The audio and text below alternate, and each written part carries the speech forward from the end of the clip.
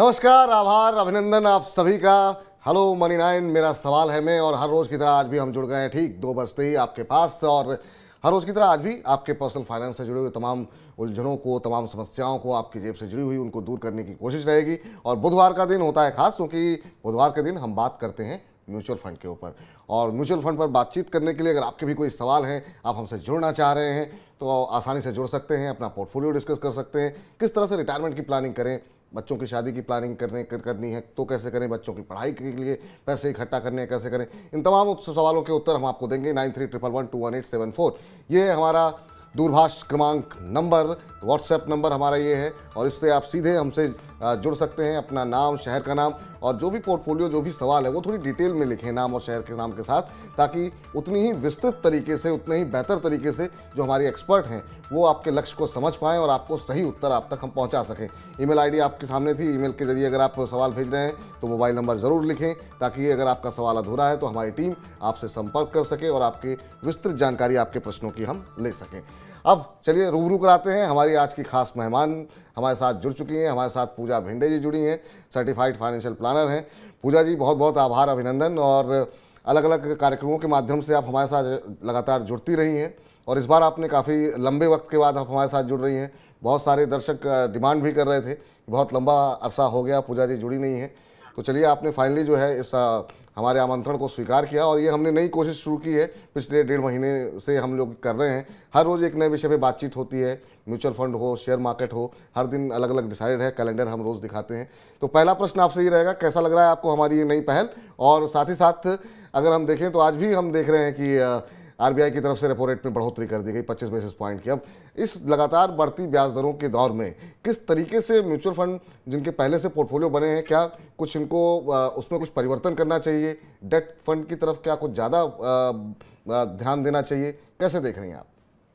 जी बिल्कुल। सबसे पहले तो थैंक यू आपको, मनी नाइन को।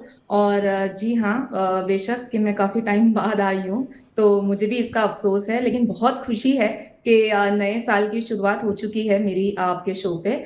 और जो ये कार्यक्रम है ना विपुल, मैं बहुत खुश हूँ कि आपने ये कार्यक्रम शुरू किया है, ताकि हम वन ऑन वन बेसिस पे पर्सनल फाइनेंस से जुड़े हुए, म्यूचुअल फंड से जुड़े हुए लोगों से वार्तालाप कर सकते हैं, उनके पोर्टफोलियो के ऊपर डिस्कशन कर सकते हैं। और जैसे ही मैं माध्यम से लोगों को भी कहना चाहूंगी, जैसे विपुल ने कहा, विस्तार से अपने पोर्टफोलियो को भेजें, अपने गोल्स को आप राइट डाउन करें। आप स्कीम्स निवेश कर रहे हैं वो एक बात है, लेकिन किस गोल के लिए कर रहे हैं, किस लक्ष्य के लिए कर रहे हैं, वो लक्ष्य के लिए कितना आपको अमाउंट जुटाना है, कितने साल बाद वो लक्ष्य आपको हासिल करना है, ये सारे डिटेल्स भी आप देंगे तो हम इसे और बारीकी से आपको बता पाएंगे कि आप आपके लक्ष्य से कितने दूर हैं और आपको कितनी एसआईपी बढ़ानी चाहिए। बिल्कुल। अब बात करें आज की तारीख के ऊपर, जो आज रेपो रेट बढ़ाया गया है, मैं समझती हूँ कहीं ना कहीं ये एक्सपेक्टेड ही था कि एक हाइक आएगा रेपो रेट का, जो 25 बेसिस पॉइंट का भी हाइक आया हुआ है। मेरे हिसाब से नॉर्मली जब भी इक्विटी में या डेट में इस तरीके के कोई भी आपको चेंजेस देखने को मिलते हैं, चाहे वो ग्लोबल लेवल पे हो या इंटरेस्ट रेट लेवल पे हो, अगर हमारे पोर्टफोलियो के गोल्स सेट है, जैसे शॉर्ट टर्म है, मिड टर्म है, लॉन्ग टर्म है, ये सारे गोल्स सेट हैं, तो पोर्टफोलियो में मेजर चेंजेस करने की जरूरत नहीं है, ज्यादा कोई रीबैलेंसिंग करने की जरूरत नहीं है। रीबैलेंसिंग का समय तब आता है जब आपके गोल्स नजदीक आने वाले हो। हाँ, तो अगर आपके गोल्स आने वाले 2 या 3 साल में देख रहे हो, आपके गोल आने वाला है, चलो बच्चों की पढ़ाई का एक गोल है, जी। ठीक है, तो हम देख रहे हैं इक्विटी मार्केट में ग्लोबली काफी हलचल है। उस वजह से इंटरेस्ट रेट्स को कंट्रोल करने के लिए, इन्फ्लेशन को कंट्रोल करने के लिए इंटरेस्ट रेट्स में इन्होंने बढ़ोतरी कर रखी है, तो इक्विटी मार्केट में वॉलेटिलिटी तो बनी रहेगी। डेट अट्रैक्टिव है, डेफिनेटली एफडी रेट्स बढ़ेंगे तो मार्केट से पैसा वहां भी जाएगा, और डेट फंड भी अट्रैक्टिव होंगे। लेकिन हम हमेशा कंजर्वेटिव लेके चलें, और एक फंडामेंटल रूल को लेके चले ना विपुल, तो डेट फंड में आप शॉर्ट टर्म के लिए ही बने रहें तो आपके लिए अच्छा रहेगा।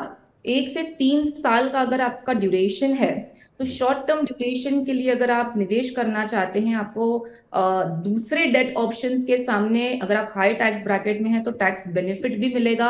आपकी जो कैपिटल है उसमें भी आपको इंक्रीमेंट मिलेगा, और एट द सेम टाइम इस तरीके के इंटरेस्ट रेट से आप बेनिफिट भी कर सकते हो। So definitely short term horizon है आपका, जिसमें जी। जो बॉन्ड मैच्योरिटीज है वो शॉर्ट टर्म है, जैसे 3 महीने, 6 महीने, 1 साल। उन फंड्स में निवेश करने का भी एक अच्छा समय मैं देख रही हूँ।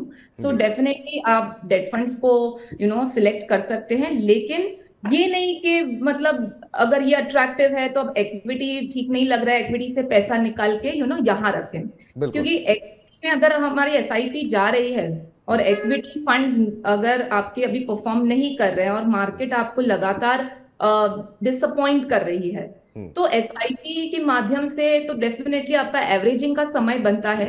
जैसे हम हमेशा साल में 2 बार देखते हैं, सेल आता है जी। और उस समय पे लोग खरीदारी करते हैं, जी। चाहे वो फेस्टिवल पीरियड हो, तो डेफिनेटली उसी को भी ऐसे एक अपॉर्चुनिटी देखें और अपने इक्विटी पोर्टफोलियो को आप शिफ्ट ना करें, आपके गोल्स के हिसाब से आप प्लानिंग ठीक। करें। तो लक्ष्य के हिसाब से अगर अपनी रणनीति बनाएं, बहुत जल्दी स्विच ना करें। हाँ, अभी के मौजूदा माहौल में अगर आप 1 2 3 साल के लिए निवेश कर रहे हैं तो डेट फंड प्रेफर कर सकते हैं, क्योंकि वहाँ पर आकर्षण थोड़ा बढ़ता हुआ दिखाई दे रहा है। यूट्यूब पे बहुत सारे सवाल आने शुरू हो गए हैं मैम आपके लिए। प्रदीप्ता खटुआ जी हैं, इसके अलावा एस्ट्यूट ई लर्निंग जी हैं, सबके सवाल हम एक करके लेंगे, लेकिन उससे पहले जरा हमारे साथ राजेश तिवारी जी जुड़ चुके हैं, उनसे बातचीत कर लेते हैं। वाराणसी से हैं राजेश जी। राजेश जी नमस्कार। नमस्कार सर। नमस्कार तिवारी जी, क्या करते हैं आप? मैं सर टीचर हूँ, गवर्नमेंट टीचर हूँ, सरकारी अच्छा, नौकरी है मेरी। टीचर। और वाराणसी में इस समय माहौल कैसा है सर? माहौल इस समय सर अच्छा है, गर्मी की शुरुआत हो रही है धीरे धीरे। गर्मी की शुरुआत हो रही, बात आपकी सही है। थोड़ा थोड़ा मौसम ने करवट लेनी शुरू की है। हालांकि इस तरह की कुछ रिपोर्ट्स हम देख रहे थे कि आने वाले दिनों में इस हो सकता साल है कि होली एक से बार ठंड पहले वापस जल्दी आएगी। गर्मी आ गई है। हाँ, लेकिन इस तरह की भी खबरें हैं सर कि हो सकता है दोबारा एक बार ठंड लौटेगी। कुछ बरसात वगैरह की खबरें आ रही थी, आज मैं पढ़ रहा था कहीं पर। तो लौटना अब भी चाहिए सर। नहीं अच्छा अच्छा। तो तिवारी जी बताइए, क्या पूछना चाह रहे हैं आप, क्या प्रश्न है सर आपका? सर, जैसा कि मैंने बताया कि मैं गवर्नमेंट जॉब में हूँ, सरकारी नौकरी में टीचर हूँ, और मेरी एज 42 ईयर्स है। अच्छा, 42 ईयर्स। मैंने अभी जनवरी लास्ट में 27 जनवरी को Parag Parikh tax saver mutual fund में इन्वेस्ट किया 15,000 का लमसम अमाउंट। अच्छा अच्छा। लेकिन आपने जो हमें और भेजा था उसमें तो आपने Quant tax saver fund plan ले रखा है, आपने जो बताया था हमें। तो वही एक और फंड मुझे लेना है सर, तो वो मैं कंफ्यूज हूँ कि क्वांट टैक्स सेवर फंड लूँ या मेरा एसेट्स का टैक्स सेवर फंड लूँ। अच्छा, तो आप टैक्स सेवर ही फंड क्यों लेना चाहते हैं, कोई खास वजह है इसकी? सर गवर्नमेंट जॉब में हूँ तो टैक्स सेविंग के पर्पज से। अच्छा, टैक्स बचाने के लिए। ठीक है। यस अभी सर। अभी अभी आपने कितने पैसे, 15,000 एक जगह लगाए हैं और एक आपने टैक्स सेवर फंड क्वांट का ले रखा है। अप्रैल महीने से आप शुरू करना चाह रहे हैं, ये कह रहे हैं? पराग पारिक का ले रखा है, क्वांट या मेरा एसेट्स में से किसी एक को चूज करना है मुझे। अच्छा अच्छा अच्छा, ठीक है। चलते हैं जरा पूछते हैं और जी। इसमें सर मैं अप्रैल से 3,000 पर मंथ का, दोनों में 3,000 पर मंथ का एसआईपी करूंगा, और 10 से 15 साल होल्ड करना है मुझे। 10 से 15 साल होल्ड करना है। तो दो इनके महत्वपूर्ण सवाल हैं जो जानना चाह रहे हैं। एक तो ये टैक्स बचाना चाहते हैं, उसके लिए ये पैसे लगा रहे हैं। दूसरा रिटर्न भी चाहते हैं, और दोनों चीज़ें चाह रहे हैं। तो कौन से टैक्स सेवर फंड में इन्हें जाना चाहिए, किस तरह से आप इन्हें सलाह देंगी तिवारी जी को? जी, मुझे इनके ज्यादा फंड्स सुनाई नहीं दिए, बट जितना आपने इनसे अभी इन्होंने बात। ले नहीं रखा है, एक इन्होंने खाली ले रखा है, शायद पराग पारिक का। बाकी ये टैक्स बचाने के लिए निवेश करना चाह रहे हैं 15 20 साल के लिए। जी बिल्कुल समझ गई। मैं इनको 2 बातें कहूंगी। सबसे पहले तो टैक्स रिलेटेड जो इन्होंने बात की कि ये टैक्स बचाने के लिए टैक्स फंड में निवेश करना चाहते हैं, तो तिवारी जी सबसे पहले तो बता दूं कि जो नए बजट के हिसाब से अभी आपको आगे फाइनेंशियल ईयर में जिस तरीके से प्लानिंग करनी है टैक्स की, वो होती है ओल्ड टैक्स रिजीम या तो फिर न्यू टैक्स रिजीम के हिसाब से।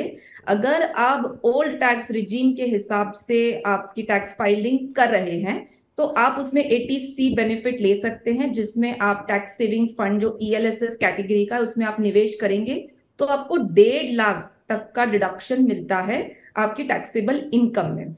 अब 80C के बारे में अगर मैं थोड़ा बताऊं तो उसमें सिर्फ टैक्स सेविंग फंड्स नहीं आते हैं, उसमें इंश्योरेंस भी आता है। अगर आप बच्चों की एजुकेशन की फीस क्लेम कर रहे हैं तो वो भी आता है उसमें। अगर आपने होम लोन ले रखा है तो वो भी आता है, पीपीएफ भी आता है। ठीक है, तो ये सारा मिला के जो आपको डिडक्शन अमाउंट है ना वो सिर्फ 1.5 लाख है। तो आप ये समझे हैं या नहीं समझे, मैं नहीं, मुझे नहीं समझा है, लेकिन अगर आप म्यूचुअल फंड में निवेश करें और आपको लग रहा है कि इन फंड में निवेश करूंगा तो टैक्स मेरा बचेगा, तो ऐसा नहीं है। आपको टैक्स की बचत होगी, लेकिन वो भी मात्र 1.5 लाख तक ही। वो भी अगर आप ओल्ड टैक्स रिजीम फॉलो कर रहे हैं आगे आने वाले फाइनेंशियल ईयर से। तो एक बार आपके जो भी टैक्स प्लानर है, फाइनेंशियल प्लानर है, उनके साथ बैठ के नक्की करें कि आप कौन से टैक्स रिजीम में आप फाइल करेंगे रिटर्न, क्योंकि न्यू टैक्स रिजीम में जाहिर सी बात है ये कोई भी डिडक्शंस आपको काम नहीं आएंगे।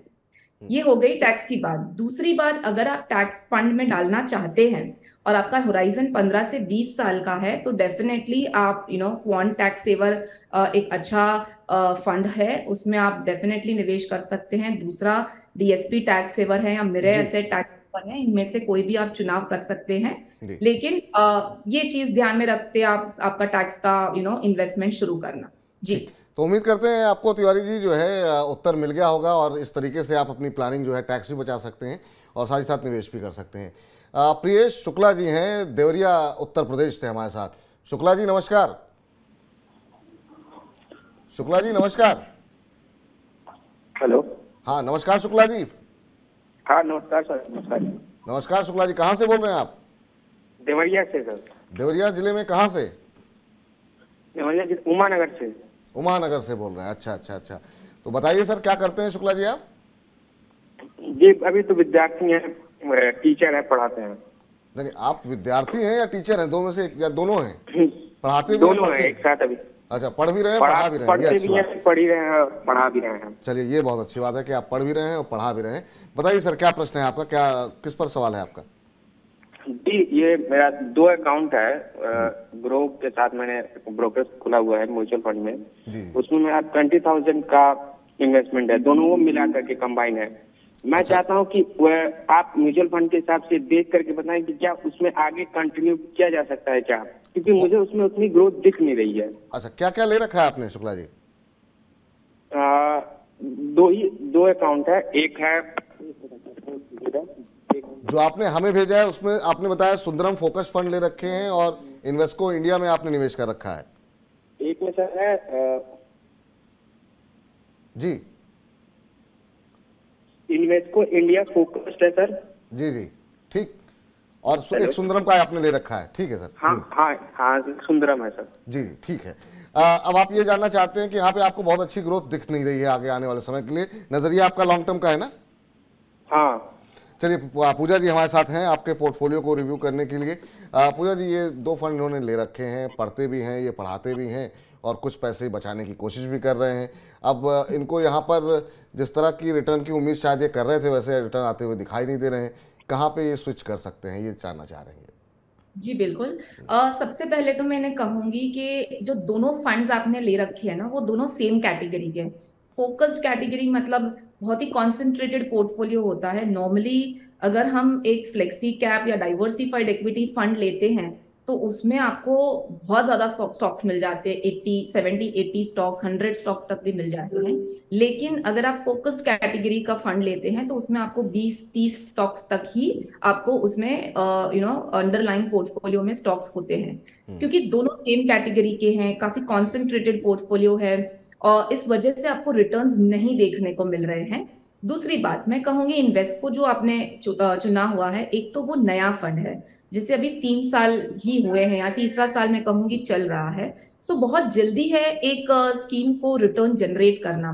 ये बात तो आपने हमारे माध्यम से काफी टाइम सुनी होगी कि इक्विटी में रिटर्न आने को कम से कम 5 साल लगेंगे आपको, जिसमें से एवरेज हम पकड़ते हैं 10 से 12% आपको मिलता है, जिसमें से हर साल 10 से 12% नहीं मिलता है। कोई साल आपको ज्यादा परसेंट मिल जाएगा, कोई साल आपको नेगेटिव मिलेगा, लेकिन एवरेज उतना होगा।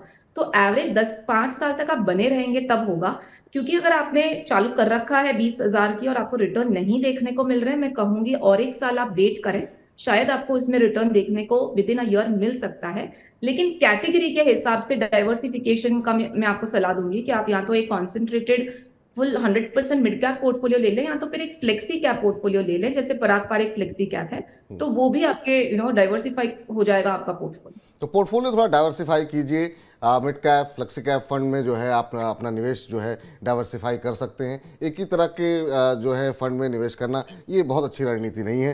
तमाम सवाल जो आ रहे हैं उसमें प्रदीप्ता जी बहुत परेशान है और लगातार प्रश्न अपने पूछ रहे हैं।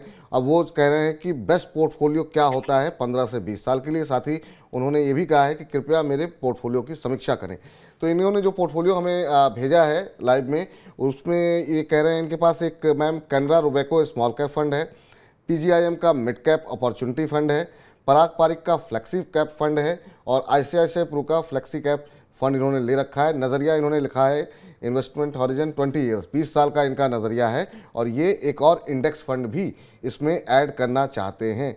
और कौन सा बेस्ट ऑप्शन रहेगा, निफ्टी 50 इंडेक्स करें या small cap index fund introduce करें? आप जो इनके पास पोर्टफोलियो है मैं उसको दोबारा रिवीजन कर दोबारा बोलूँगी, आपको समझ में आ गया? ये मैं समझ गई हूँ। जी जी। तो सबसे पहले तो इनको बोलूंगी कि बहुत अच्छी बात है कि 15 से 20 साल हैं इनके पास अपने वेल्थ क्रिएशन के लिए, तो सबसे बहुत ही अच्छी बात है। आप आसानी से अगर मैं एक एग्जांपल दूं, तो अगर आप 10 से 20 हजार की एसआईपी कर रहे हैं, ठीक है, और 15 से 20 साल का समय है आपके पास, आप आराम से 1 करोड़ की राशि जुटा सकते हैं। ठीक है। जो आपने फंड्स की बात की जिसमें एक मिड कैप है पीजीआईएम का, एक कैनरा रोबेको का स्मॉल कैप है, तो डेफिनेटली लंबे समय के लिए मिड कैप स्मॉल कैप एक अच्छा चुनाव है। फ्लेक्सी कैप आपने 2 ले रखे हैं, पराग पारिक में आपको एक इंटरनेशनल एक्सपोजर मिल जाएगा, तो वो एक डाइवर्सिफाइड फ्लेक्सी कैप हो गया। आईसीआईसीआई प्रू का फ्लेक्सी कैप भी एक अच्छा ऑप्शन है। इंडेक्स फंड आपको लेना है, आप ले सकते हैं डेफिनेटली। निफ्टी 50 या निफ्टी नेक्स्ट 50 मेरी फेवरेट चॉइस होगी, क्योंकि ज्यादा कॉन्सेंट्रेटेड पोर्टफोलियो एंड लंबे समय के लिए आपको इस तरीके का पोर्टफोलियो अच्छा रहेगा। लेकिन अगर आप एक्टिव फंड में भी जाएंगे, क्योंकि आपका होराइजन लंबा है, तो एक active fund can beat a passive fund in long term.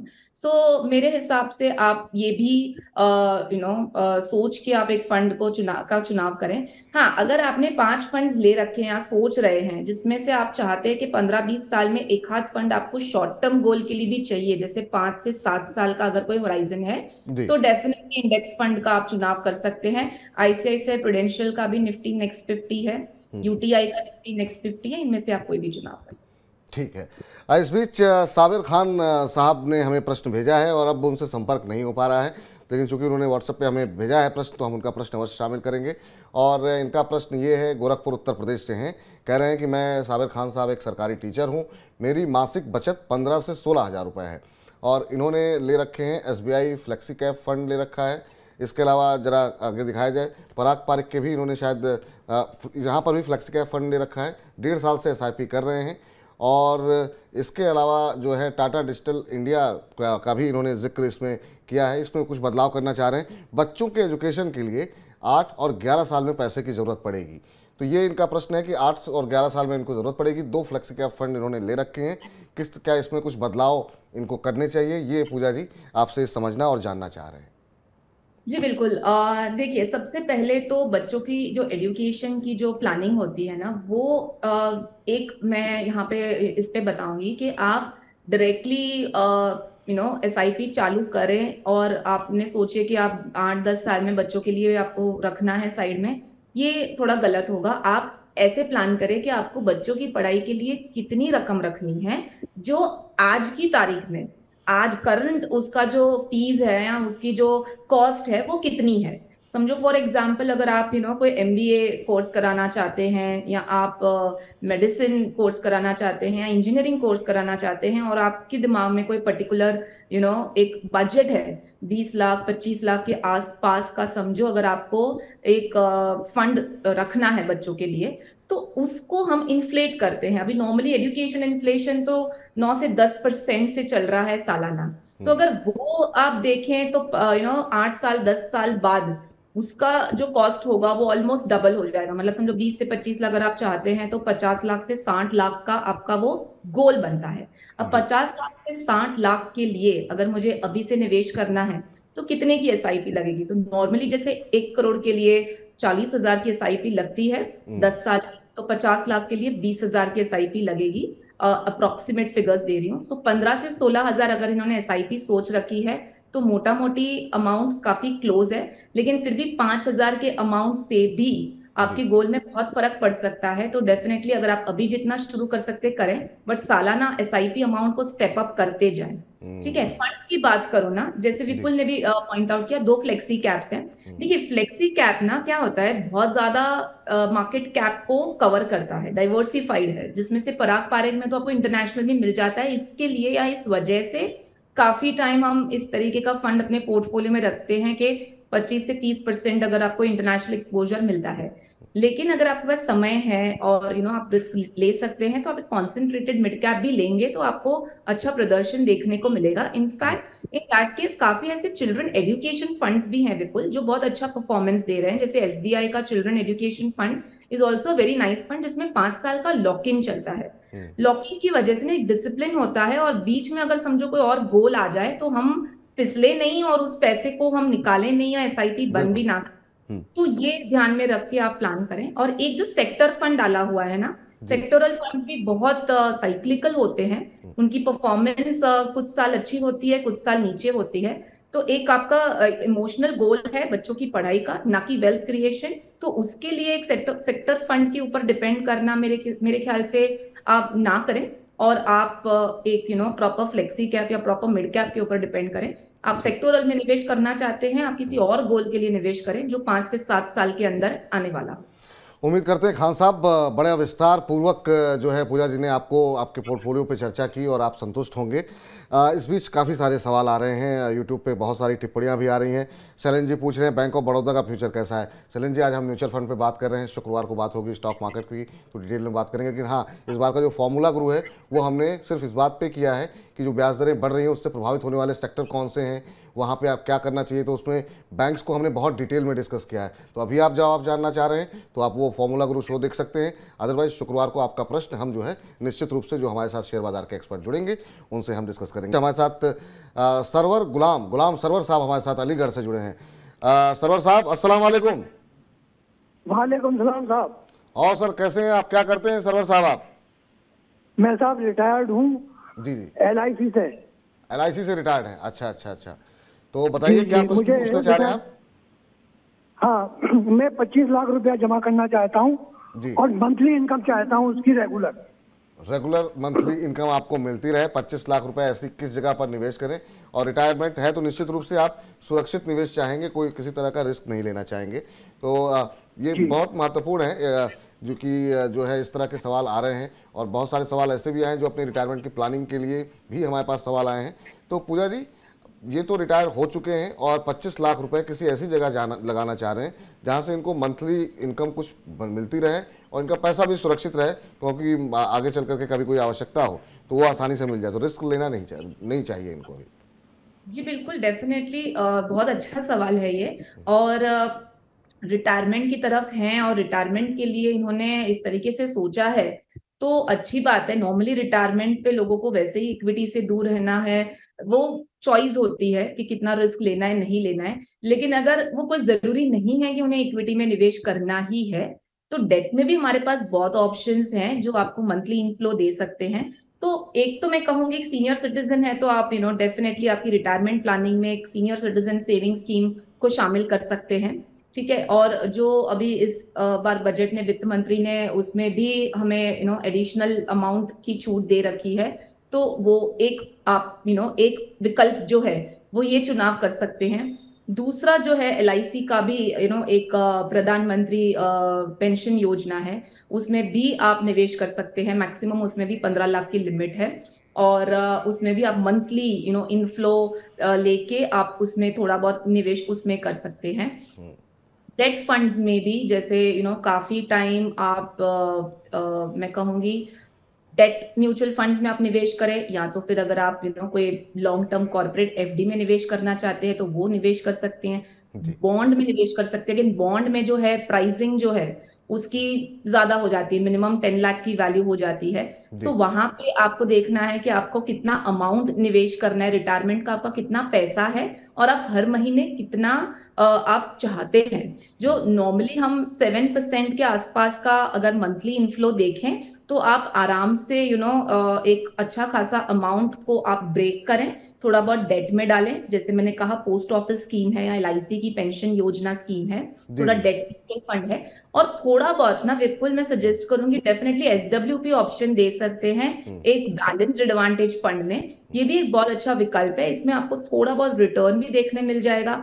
Equity savings fund भी कैटेगरी है जिसमें आपको थोड़ा बहुत रिटर्न देखने मिल जाएगा और at the same time capital आपका प्योर 100% इक्विटी से तो काफी सेफ रहेगा, आपको थोड़ा बहुत मार्केट के रिटर्न्स भी मिल जाएंगे।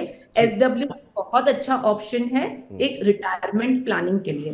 तो ये चीजें ध्यान में रखें, लेकिन मेडिकल के लिए भी डेफिनेटली थोड़ा पैसा रखें, क्योंकि इन्वेस्टमेंट एक चीज होती है रिटायरमेंट में, लेकिन हम मेडिकल के ऊपर बिल्कुल ध्यान नहीं देते हैं। तो एक कंटिजेंसी फंड सबसे पहले एटलीस्ट मिनिमम 2 लाख से 5 लाख का एक कंटिजेंसी फंड आप रखें, जिसे आप लिक्विड फंड में भी रख सकते हैं। तो इसको पहले करें, उसके बाद आप इन्वेस्टमेंट की प्लानिंग करें। तो कई सारे विकल्प हैं जहां पर निवेश आपका सुरक्षित भी रहेगा गुलाम साहब, और आपको जो है मंथली इनकम भी आपको मिलती रहेगी। हमारे साथ हैरिस जुड़ चुके हैं। हैरिस जी नमस्कार। नमस्कार विपुल जी। नमस्कार पूजा जी। नमस्कार पूजा जी, सुन रही हैं आपको। और कैसे हैं हैरिस आप? जी बिल्कुल ठीक है। चलिए, आप अक्सर हमारे कार्यक्रम में जुड़ते हैं, बहुत अच्छी बात है, आप हमारे कार्यक्रम देखते रहते हैं। क्या कर रहे हैं हैरिस आजकल आप? जी मैं एक जॉब कर रहा हूँ, प्राइवेट बीपीओ में काम करता हूँ। कहाँ पे sir? I am working in BPO. अच्छा, बीपीओ में काम कर रहे हैं, बहुत अच्छी बात है। और आप जयपुर से हैं ना सर? जी सर मैं जयपुर से हूँ। चलिए, बड़ी खूबसूरत जगह है और जब भी वहाँ पर जाना होता है तो काफ़ी आनंद आता है। वहाँ पर जो सांस्कृतिक विरासत है जयपुर की वो बड़ी अच्छी लगती है। प्रश्न बता दीजिए सर, अपना क्या है? जी मैंने अपना पोर्टफोलियो भेजा है वैसे आपको। जी मैं बताऊँ आपको? आपका पोर्टफोलियो आप एक चाहें तो एक बार रफली जो है अगर हमारे दर्शकों को आप बता सकें कि क्या कुछ है। इन्होंने ले रखा है एक्सिस स्मॉल कैप फंड आपने ले रखा है, एचडीएफसी टॉप 100 फंड है, ICICI potential blue chip fund इन्होंने ले रखा है। और कौन से फंड है जरा अगर स्क्रीन पे लाए जाएं इनके जो पूरा पोर्टफोलियो है, तो निपॉन के फंड इन्होंने ले रखे हैं, पराग पारिक फ्लेक्सी फंड ले रखा है जी, निपॉन ग्रोथ फंड है। हाँ निपॉन ग्रोथ फंड ले रखे हैं आपने, और इसके अलावा आईसीआईसीआई पोटेंशियल का आईटी इंडेक्स फंड ले रखा है आपने। जी जी। क्या आपका नजरिया क्या है सर? आपका कितने समय का नजरिया है, क्या उद्देश्य, किस लक्ष्य के साथ आपने पोर्टफोलियो बनाया है? जी मेरा नजरिया 18 से 20 साल का है। अच्छा अच्छा, तो कितनी रकम आप चाह रहे हैं इकट्ठा करने के लिए? अभी इसमें कितने पैसे लगा रहे हैं सर आप हर महीने? इसमें 1000 रुपये पर लगा रहा हूँ। 1000 रुपीज सारे फंड में 1000 रुपये आप लगा रहे हैं जी। और 20 साल में कुछ आपने रफ अमाउंट सोचा है कि 20 साल बाद मुझे इतने पैसे यहाँ से इकट्ठा करने हैं? जी मुझे म्यूचुअल फंड से 1.25 से 1.5 करोड़ चाहिए। 1.25 से 1.5 करोड़ 20 साल बाद। लेकिन अमाउंट जो है वो मेरे ख्याल से पूजा जी से पूछते हैं, इन्होंने 5-6 म्यूचुअल फंड ले रखे हैं और सब में 1000 रुपये लगा रहे हैं। 20 साल में 1 करोड़ रुपए का लक्ष्य इन्होंने रखा हुआ है। क्या आपको लग रहा है कि ये लक्ष्य जो है आसानी से प्राप्त हो सकता है इतने निवेश के साथ, या इनको अपना निवेश बढ़ाना चाहिए? और ओवरऑल पोर्टफोलियो पे आपकी राय? जी सबसे पहले तो अगेन मैं खुश हूं कि आप अपने गोल के बारे में बात कर रहे हैं कि आपको एक पर्टिकुलर अमाउंट चाहिए।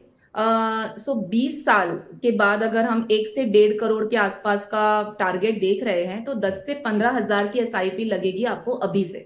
ठीक है, जैसे विपुल जी ने मार्कडाउन किया कि कुछ 6 से 7 आपकी एसआईपी चल रही है, जिसमें हर एसआईपी हर स्कीम में आपकी 1000 रुपए चल रही है। सो मैं समझ रही हूँ 6 से 7 हजार की एसआईपी चल रही है। सो आपको एसआईपी डेफिनेटली बढ़ाने की सलाह दे रही हूँ।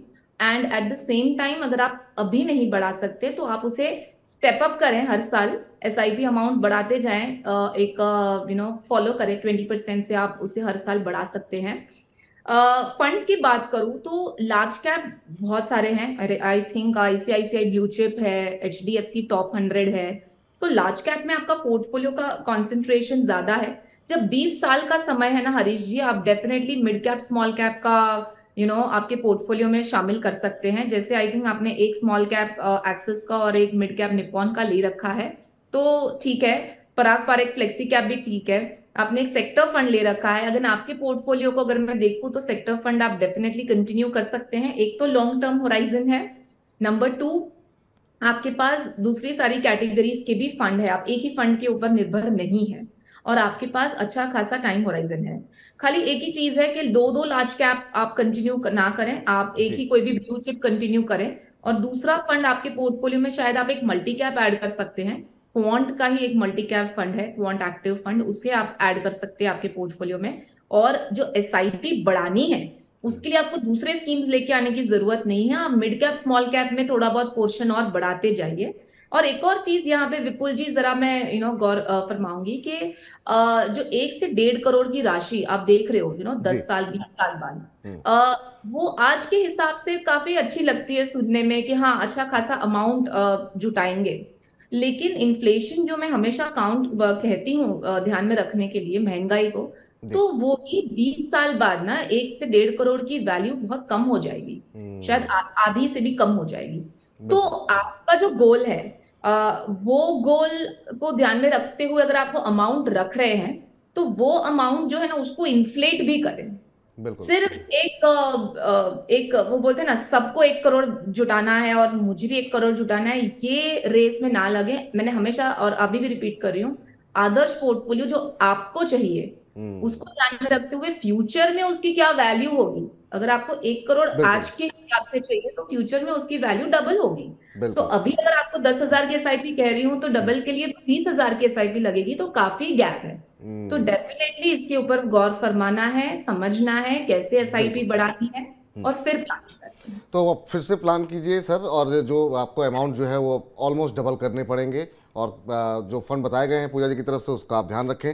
मैम समय लगभग समाप्त हो चुका है, लेकिन बहुत सारी क्वेरीज मैं चाहूँगा कि छोटे छोटे उत्तर अगर आप दे दें तो इन सभी सवालों को बातचीत कर लेते हैं।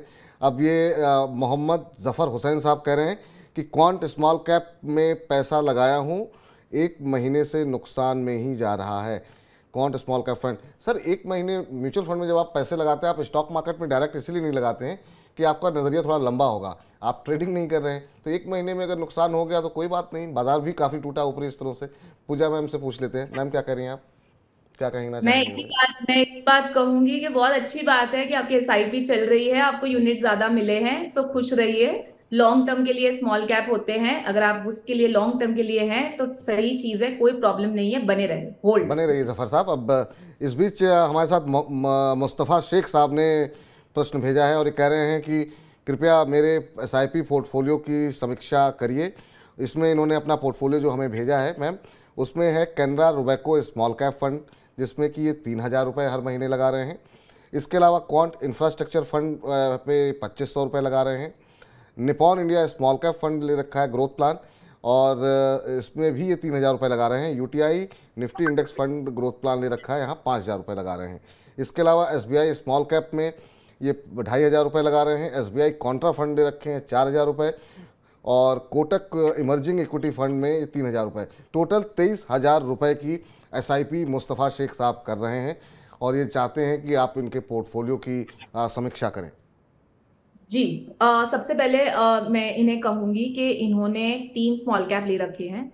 हमेशा वही कहूंगी वापस कि कैटेगरी जो भी है उसका एक ही फंड रखें, 3 से 4 फंड से कोई आपको फर्क नहीं पड़ने वाला है, ठीक है। तो एक स्मॉल कैप रखें, आप तीनों ही स्मॉल कैप अच्छे हैं, ट्रस्ट मी, निपॉन बोलो, कैन रोबेको बोलो, एसबीआई बोलो, तीनों ही अच्छे हैं, आप कोई भी एक कंटिन्यू करें। मिड कैप में कोटक चल रहा है आपका, अच्छी बात है। निफ्टी चल रहा है आपका ऑलरेडी, यूटीआई का, वो भी अच्छी बात है। Contra fund is also very nice fund, जो कॉन्ट्रा स्ट्रैटेजी अभी की मार्केट के लिए जो वॉलिटिलिटी हम देख रहे हैं उस हिसाब से it is a nice strategy. जो इंफ्रा फंड है, अगेन सेक्टोरल फंड है, बच के रहें, रिस्क है, लेकिन अगर आप इंफ्रा में पॉजिटिव हैं, आपको लग रहा है, क्योंकि हम 2 साल 3 साल के हिसाब से अगर देख रहे हैं housing for all, infrastructure is going to boom, तो आप रखें। बट वो एक रेड सिग्नल है, आपको देखना है उसके ऊपर, क्योंकि वो एक रिस्क फैक्टर वाला फंड है। तो उम्मीद करते हैं सर आपको उत्तर मिल गया होगा। मैम अब कार्यक्रम को समाप्त करने का वक्त तो आ गया, लेकिन चलते चलते कुछ एक ऐसी टिप्स, कुछ ऐसी बातें जो तमाम जो हमारे दर्शक हैं, जो निवेश करना चाहते हैं, जो ऑलरेडी निवेश कर चुके हैं, उनसे आप कुछ शेयर करना चाहें कि किन चीज़ों का मुख्य तौर पे म्यूचुअल फंड में पैसे लगाते समय ध्यान रखना चाहिए। जी बिल्कुल, देखिए सबसे पहले तो है ना, आप जो करंट ट्रेंड है उससे अपडेटेड रहें। लेकिन उस ट्रेंड की वजह से अपने आप को या अपने पोर्टफोलियो को आप ज्यादा अचानक से चेंज ना करें। आप डेफिनेटली एक्सपर्ट की सलाह लें, या तो फिर आप इस माध्यम से हमें पूछें, हमें अपना पोर्टफोलियो समझाएं, हम आपको उसके ऊपर सलाह देंगे डेफिनेटली। जैसे मैंने कहा, गोल डेफिनेट है, फाइनेंशियल प्लानिंग में गोल सेट करें और लॉन्ग टर्म शॉर्ट टर्म के हिसाब से फंड्स का चुनाव करें। डेट अच्छा चल रहा है इसके लिए सब डेट में डालें, इक्विटी नीचे है और सब इक्विटी से निकालें, ये बेवकूफियां ना करें। जो चल रहा है वो चलने दें ना, फिर भी जैसा है और वैसे भी रहेंगे ना तो भी कोई भी फर्क नहीं पड़ने वाला है आपके पोर्टफोलियो में, क्योंकि अगर आप लॉन्ग टर्म है ना तो रिटर्न तो बनना ही है। इमरजेंसी फंड रखें, म्यूचुअल फंड इन्वेस्टमेंट अलग ही है, लेकिन इमरजेंसी फंड बहुत जरूरी है। जो हम आज की तारीख में देख रहे हैं ग्लोबली जो प्रॉब्लम्स हो रही हैं, रिसेशन, जॉब्स जा रही हैं, उस डर को एक सिग्नल समझ के अपने लिए इमरजेंसी फंड को डेफिनेटली शामिल करें अपने पोर्टफोलियो में। लिक्विड फंड में आप पैसा रखें और बस बाकी आपके इंश्योरेंसेस जो है हेल्थ और टर्म को ध्यान में रख के पूरा प्रॉपर फाइनेंशियल प्लानिंग को आप अच्छी तरीके से एक शेप दे सकते हैं। और स्ट्रेस फ्री लाइफ रखें, जितना हो सकता है कम पोर्टफोलियो रखें अपने, कम फंड्स रखें अपने पोर्टफोलियो में। और हम जैसे लोगों को आप बार बार याद करें, हम हैं ही आपके सारे सवालों का जवाब देने के लिए। बिल्कुल। पूजा जी, आप जुड़ी कार्यक्रम में, आप यहाँ पे आई और इतने सारे सवालों के आपने जवाब दिए। पोर्टफोलियो कैसे बनाना चाहिए, गोल्ड पे क्या व्यू होना चाहिए, तमाम विषयों पे बातचीत की। बहुत बहुत धन्यवाद आपका, बहुत बहुत शुक्रिया आज के इस कार्यक्रम में जुड़ने के लिए। उम्मीद करते हैं आगे भी आप समय समय पर आती रहेंगी और हमारे दर्शकों के साथ बातचीत करती रहेंगी। डेफिनेटली आऊंगी। बहुत बहुत धन्यवाद मैम आज के इस कार्यक्रम में जुड़ने के लिए। तो फिलहाल हेलो मनी 9 को समाप्त करने का वक्त आ चुका है, लेकिन कल फिर जुड़ेंगे 2 बजे और कल 2 बजे हम बात करेंगे पर्सनल फाइनेंस को लेकर के ही। तो जिन दर्शकों के सवाल हम नहीं ले पाए हैं उनके सवाल कल लेंगे। महेंद्र सिंह जी बोल रहे हैं, गुड आफ्टरनून महेंद्र जी, आपका बहुत बहुत धन्यवाद, आप कार्यक्रम देख रहे हैं। और 9311211874 पर्सनल फाइनेंस से जुड़ा कोई भी प्रश्न हो इस पर आप भेज सकते हैं पूरी डिटेलिंग के साथ। कल हमारे साथ जो है खास मेहमान होंगे जो कि पर्सनल फाइनेंस के विषय पे बातचीत करेंगे और प्रियंका जी इस कार्यक्रम को होस्ट करेंगी। तो कल 2 से 3 के बीच में जुड़ना मत भूलिए। शेयर बाजार से जुड़ा कोई भी सवाल हो, आप फॉर्मूला गुरु इस बार का देखना मत मिस कीजिएगा। वहाँ पे हमने बड़े विस्तार से बैंकिंग, ऑटो और ख़ासतौर से रियल्टी सेक्टर पर डिटेल में चर्चा की है। अगर आपके पास वो शेयर हैं तो भी आप देख सकते हैं, उसमें निवेश करना चाहते हैं तो भी आप इस बार का फॉर्मूला गुरु यूट्यूब चैनल पर जरूर देखिएगा। और हमारा अगर आप चैनल आपने अब तक सब्सक्राइब नहीं किया तो तुरंत सब्सक्राइब कीजिए और मनी 9 का ऐप भी डाउनलोड कीजिए और बने रहिए मनी 9 के साथ। फिलहाल के लिए नमस्कार।